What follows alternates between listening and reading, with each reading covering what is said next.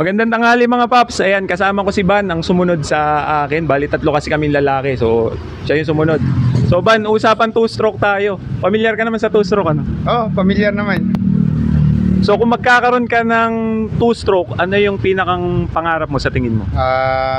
Siguro yung KR 150. Kasi ngayon yung in ngayon. Ayan. So, ngayon, ano bang motor ang gamit mo ngayon na pang daily?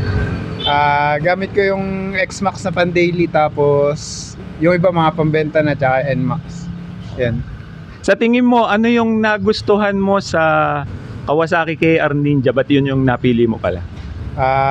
Iba talaga yung power kasi nagka-Layostar ako eh. Halos yun yung sumunod doon.